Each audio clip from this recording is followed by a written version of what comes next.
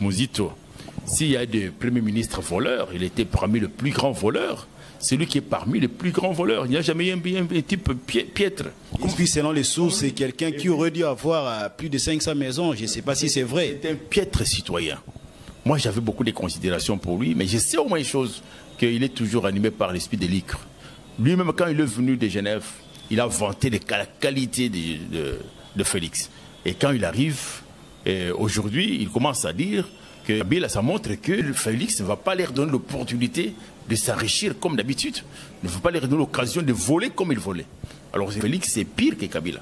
Et vous savez, on n'a pas de leçons à voir avec un Premier ministre qui a détruit, qui a anéanti l'économie congolaise pour ses propres intérêts. Et d'abord, à l'extérieur, Adel Moïse à l'extérieur, s'il ose aller à l'extérieur, il va trouver les combattants qui vont les tuer.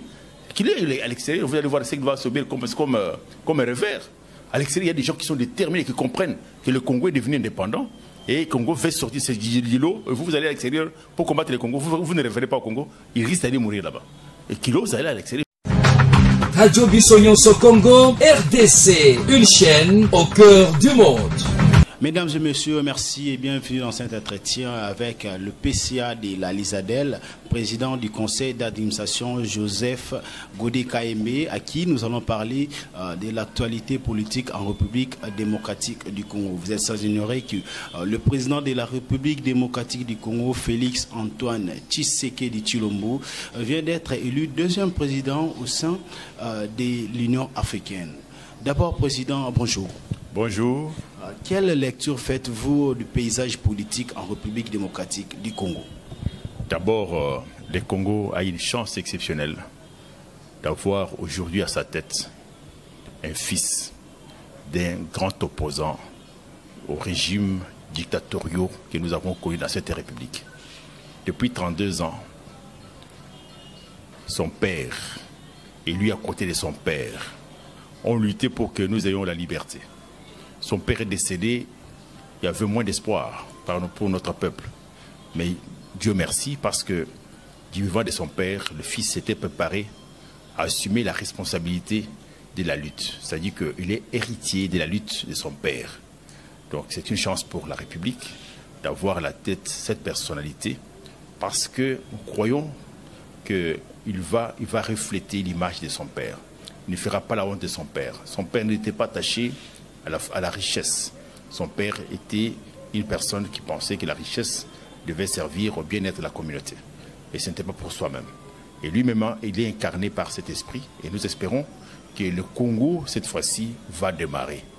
Parce que, comme vous le savez, que lorsque un fils est préparé à l'héritage, il a la capacité, il a la volonté, il a des valeurs qu'il doit respecter.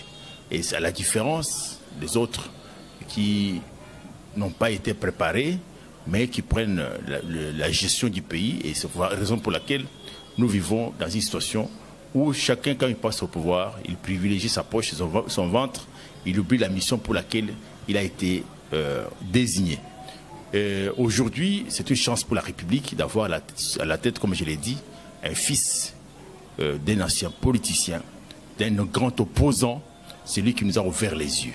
Et je crois avec fermeté que le Congo est en train de sortir du trou. Parce qu'aujourd'hui, quand vous regardez même la manière dont il est reçu, la manière dont les nations, le monde entier attendait le départ du Congo, je me dis que le moment est venu. Et s'il a bénéficié de l'appui de toute la communauté, et nous avons la chance, dans 5 ans, d'être au moins respectés, de revenir sur la scène internationale, et puis de connaître aussi, comme tous les pays du monde qui sont en train d'avancer, le respect que nous devons mériter. Au 16e sommet de l'Union africaine, le président de la République démocratique du Congo est élu encore deuxième vice-président au sein de cette structure. Quelles leçons pouvons-nous tirer par rapport à cela? C'est un bon signe. Un bon signe dans la mesure où l'Afrique attendait que le Congo démarre. Et c'est un bon signe parce qu'on sent que l'Afrique attendait que cet événement pour que le Congo joue son rôle au niveau international. Le Congo, c'est une clé pour le développement de l'Afrique. Il n'y a aucun pays africain, il n'y a aucun pays au monde qui connaît la situation du Congo. Il n'y a pas de route, il n'y a pas d'énergie, il n'y a pas d'école. Ça n'existe pas. Et aujourd'hui, le Congo a freiné le développement de l'Afrique avec les dictatures installées au pays depuis plus de 40 ans. Les dictatures sur dictatures, avec Mobutu par, Kabila le père par, le premier le fils par. Donc on a connu des dictatures implacables. Et ces dictatures qui faisaient que le Congo ne pouvait pas démarrer. Aujourd'hui, il y a maintenant un régime démocratique où chacun doit donner son point de vue, chacun doit donner ce qu'il a comme potentialité pour contribuer au développement du Congo. Et nous croyons avec fermeté que maintenant la situation du Congo va changer. La raison pour laquelle il a été accueilli avec empressement par les présidents africains pour lui confier la charge que le Congo mérite. Et nous espérons que dans l'avenir, dans une année, 2 ans, il va devenir président de l'Union africaine. Justement, ce qui n'était pas vraiment remarquable et prévisible à la RTNC, une chaîne nationale, un opposant puisse faire passer un élément avec des propos qui ne tient pas debout. L'on peut sentir à cela qu'il y a vraiment la démocratie qui est en pleine progression. Il faut le croire. Félix s'est battu pour qu'il y ait l'égalité des chances, pour que le Congo soit un pays démocratique. Il incarne la démocratie. Félix, en tant que fils héritier du combat pour le changement, il incarne les changements.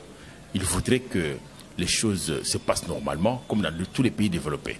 Et je crois qu'il n'y a pas d'obstruction, il n'y a pas de frein pour toute personne qui veut organiser ces manifestations, pour toute personne qui veut penser contre le président, il va le faire, mais toutefois, dans le respect des règles et de règles, il le fera.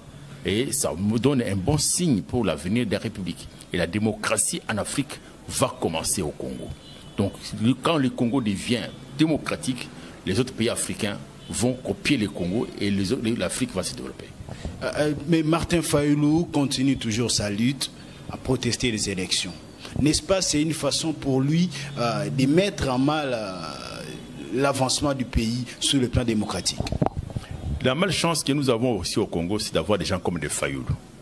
Les gens comme des Mbemba, les gens comme des Katumbi sont des gens négatifs.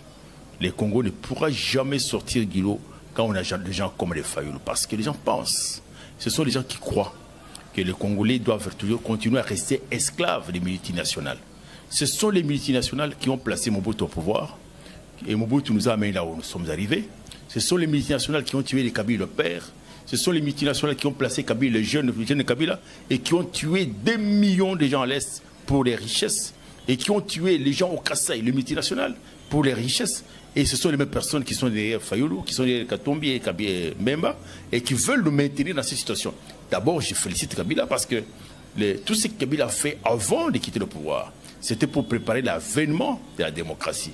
Parce que si Félix demeurait dans le groupe de Mbemba, Félix n'aurait pas le pouvoir. Même s'il avait 100%, Kabila accepterait de mourir au front. Mais si Kabila a pu changer, c'est parce qu'il s'est rendu compte que celui qui va prendre le pouvoir n'est pas à la merci de ceux qui l'ont aidé la fois dernière, ceux qui l'ont aidé à pouvoir, ou bien ceux qui l'ont aidé à pouvoir détruire le Congo, ou sinon ceux qui ont été avec lui la fois dernière et qui ont fait que le Congo soit misérable 17 ans après. Donc Kabila est fâché contre ces gens-là parce que les gens-là l'ont induit vraiment en erreur. Et c'est la raison pour laquelle je me dis que lui ne voulait pas qu'il puisse s'impliquer même dans les élections. Mais s'il y a des Congolais qui continuent à considérer que la lutte menée par Fayulu, c'est une lutte démocratique, ils se trompent parce que Fayulu, derrière lui, il y a les gens qui sont déterminés à nous maintenir dans l'esclavage. La dernière sortie d'Adolphe Muzitu, c'était de pouvoir donner les dégoûts des expatriés qui voudraient venir investir en RDC. N'est-ce pas, des gens pareils sont vraiment à boycotter? Muzitu, s'il y a des premiers ministres voleurs, il était parmi les plus grands voleurs. C'est lui qui est parmi les plus grands voleurs. Il n'y a jamais eu un type piètre. Et puis selon les sources, c'est quelqu'un qui aurait dû avoir plus de 500 maisons. Je ne sais pas si c'est vrai. C'est un piètre citoyen. Moi, j'avais beaucoup de considérations pour lui, mais je sais au moins une chose, qu'il est toujours animé par l'esprit de l'icre. Lui-même, quand il est venu de Genève, il a vanté la qualité de Félix.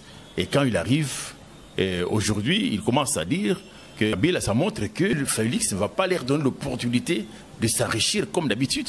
Ne va pas leur donner l'occasion de voler comme il volait. Alors Félix, c'est pire que Kabila.